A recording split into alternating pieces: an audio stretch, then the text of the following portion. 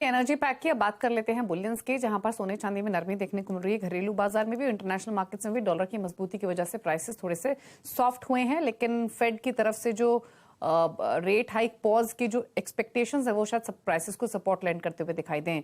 रविंद्र, क्या व्यू है आपका इन लेवल से गोल्ड सिल्वर दोनों पर?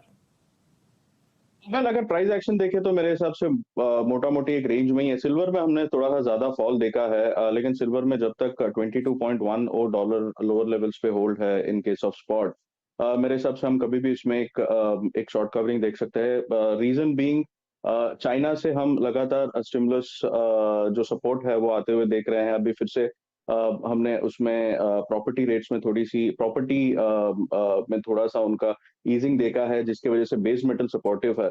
और base metals, silver normally base metals और गोल्ड दोनों को फॉलो करता है, बट गोल्ड में थोड़ी सी वीकनेस की वजह से सिल्वर नहीं जा पा रहा है ऊपर। बट मेरे हिसाब से कल चाइना का डेटा है, that might be very crucial for base metals. और अगर उसमें कोई भी इम्पैक्ट दिखता है बिकॉज ऑफ द स्टिमुलस, तो हम सिल्वर में भी एक शॉर्ट कवरिंग देख सकते हैं। अदरवाइज आई थिंक अगर प्राइस एक्शन देखें तो जब तक 22.10 होल्ड है, मेरे हिसाब से एक अपसाइड इसमें आना चाहिए टुवर्ड 72,000।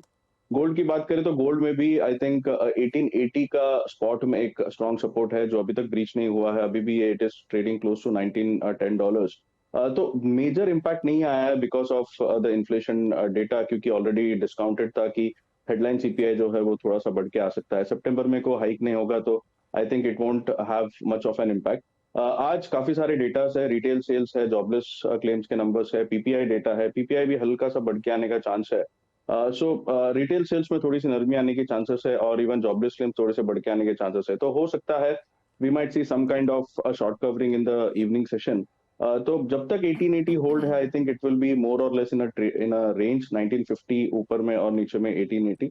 सिमिलरली सिल्वर में 2210 का लोअर सपोर्ट है और अपसाइड अराउंड 23.5 और $24 का रेजिस्टेंस है। ओके। एमसीएक्स की बात करें तो 72,000 तक की मेरे एक्सपेक्टेशन है सिल्वर में। और अगर गोल्ड की बात करें तो गोल्ड में आई थिंक 59,200 से 58,500, 58,400 का रेंज रहेगा। रविंद्र, यही कोई मेटल्स में भी टॉप ट्रेडिंग स्ट्रैटेजी जो आप देना चाहें?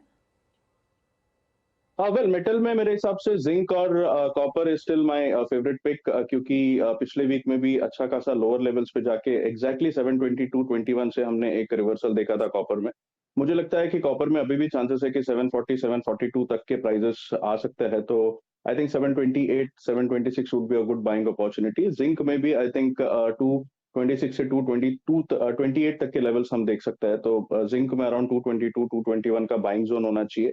एंड इसमें सपोर्ट जो है वो 218 का है, that should be the stop loss. और अपसाइड हम 228 से लेके 230 तक देख सकते हैं। ओके, चलिए, ये रही आपके लिए स्ट्रैटेजीज बुलियन पैक से, एनर्जी पैक से और साथ ही बेस मेटल पैक से। शुक्रिया रविंद्र आपका शो में आने के लिए।